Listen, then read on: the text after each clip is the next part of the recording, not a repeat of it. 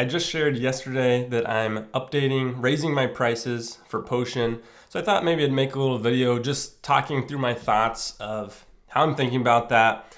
And honestly, I don't really know what I'm doing, so it's not like I'm not like an expert at this. And I think most of us aren't, a lot of us indie hackers, bootstrappers aren't necessarily. But pricing is an important thing because it's one of the decision levers that we have that can really make a difference in your business and help it grow and stuff like that. But I'm also kind of timid about it. I think a lot of software developers are like this. Like, it's hard to just put a price on your work and be like, oh, you need to pay this much.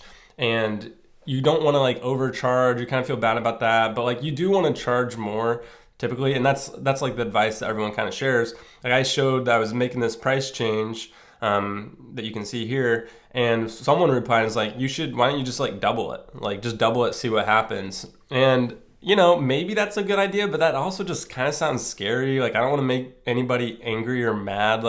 I want people to be happy with the product and what they're paying for it.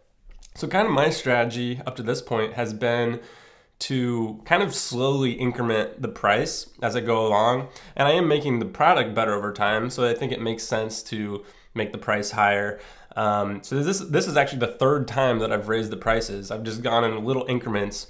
In the very beginning, it cost $6 to create a website with Potion. And I think I still have some customers that are on the $6 plan, which is a pretty good deal at this point.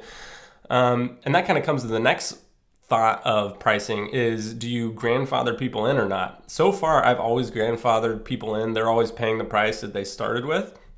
If they do want to upgrade, they then are going to a different plan though. And so, yeah, I'm curious, what's normal in SaaS? Are people usually doing the grandfathering thing, or are they updating prices for everybody? So that's something I could think about. I don't want to make people mad, but I probably could, especially some of those old customers that are at $6 a month, make them pay, I don't know, $10 or just something higher.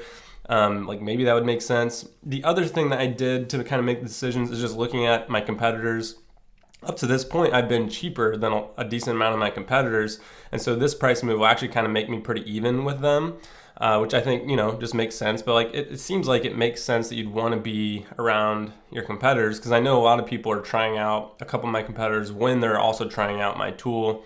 So that's just how I've been kind of thinking of it. I'm curious to hear in the replies if anyone thinks I should do something different, or what you guys have done with pricing. Curious to see it.